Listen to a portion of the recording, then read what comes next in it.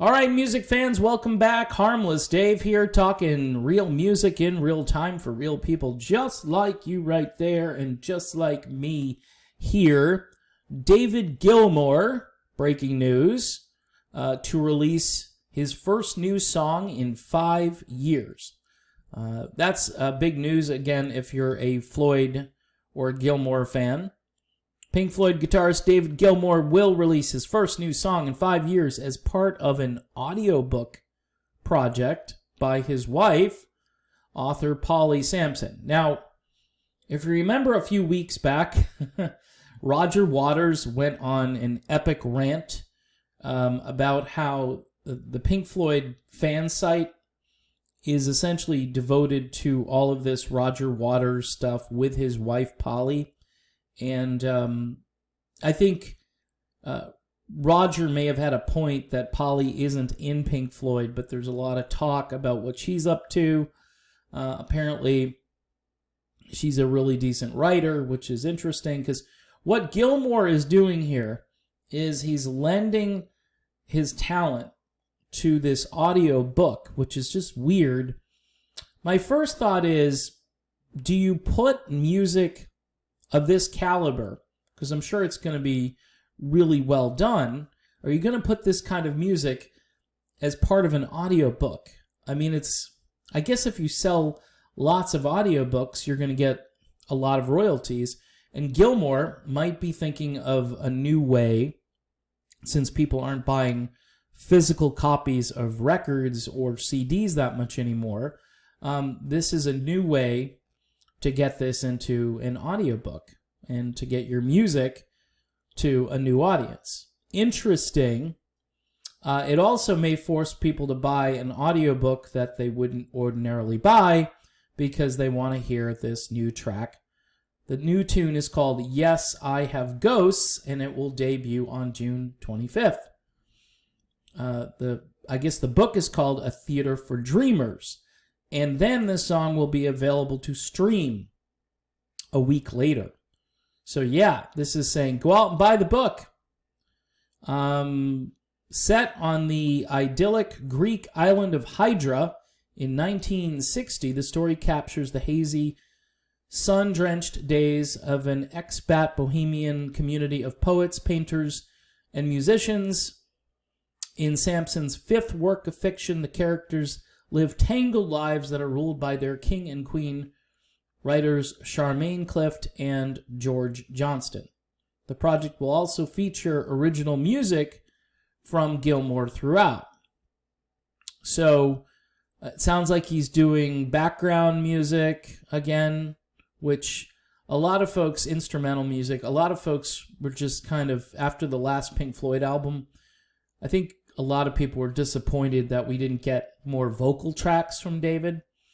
I know David had a solo album 5 years ago that had vocal tracks, but I think the way Pink Floyd ended was disappointing, even though I'm sure that album sold a ton of copies.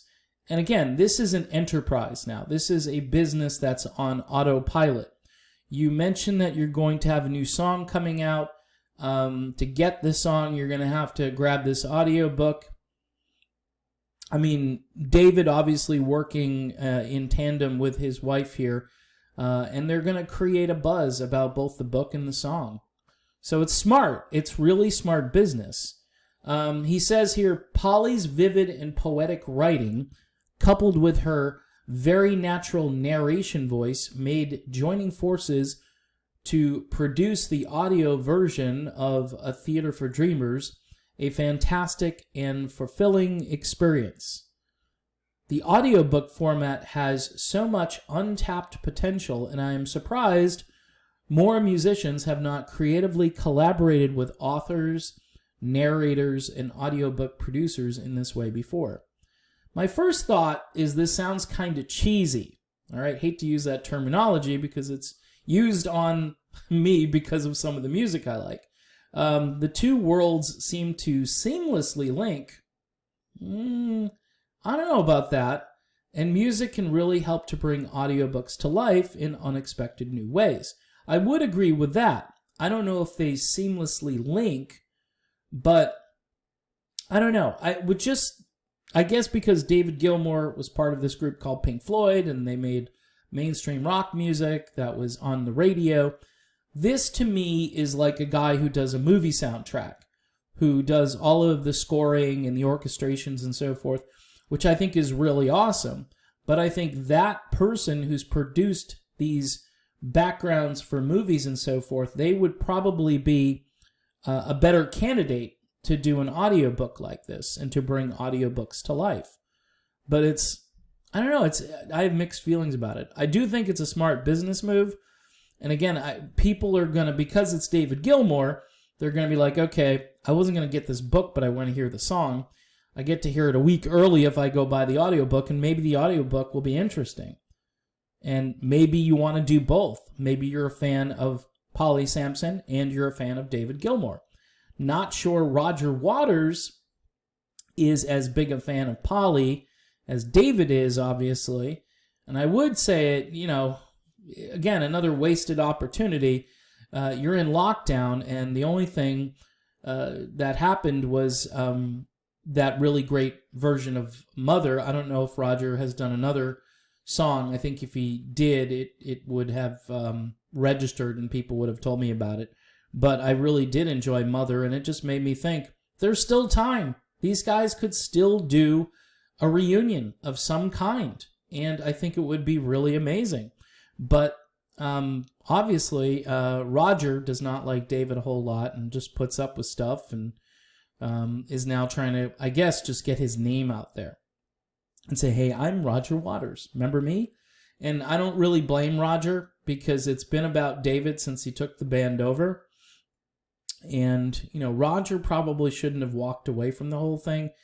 But, a lot of stuff happened. And David did kind of get the thing on better footing as the years went along. But it's still not the same without Roger. Roger is the tension in the group. Roger and David, much like John Lennon and Paul McCartney, same kind of tension. So anyway, not sure I'll be getting the audiobook here, but maybe somebody can send me a snippet where the song exists. I don't know if that's even legal to do, so don't do it. I'm sorry. Never mind. We'll just wait for the song to stream on the usual platforms a week later. That's what we'll do. All right, done with this video. Thanks for watching. Want to thank some new patrons for coming on board. Obviously, I did a little illustration in the last video about, nearing 30,000 subscribers on YouTube and, having, 176 supporters on Patreon. I think I can do better than that. I don't want to push anybody. These are difficult financial times, but if you can do $1 per month, that's what it is. It's $1 a month. Comes out once a month, $1 at the first of the month. I wouldn't miss $1. I spend more than I should on television programming, sometimes that I don't use, and sometimes I think about canceling it and I just forget to do it. So if there's something maybe that you want to get rid of in order to just be able to contribute $1, if you want to, that would be much appreciated. I'm doing a little radio station thing, which it may be very temporary because it costs more than what I want to spend on it. But I'm doing a little radio thing where I'm going on Live 365, and I'm just putting together all the music that I grew up listening to and throwing it all in one place, along with some of these new melodic tracks that I recommend from time to time. It's interesting. It's cool. It just brings back a lot of good memories of doing programming and stuff. But it costs a lot of money to do that.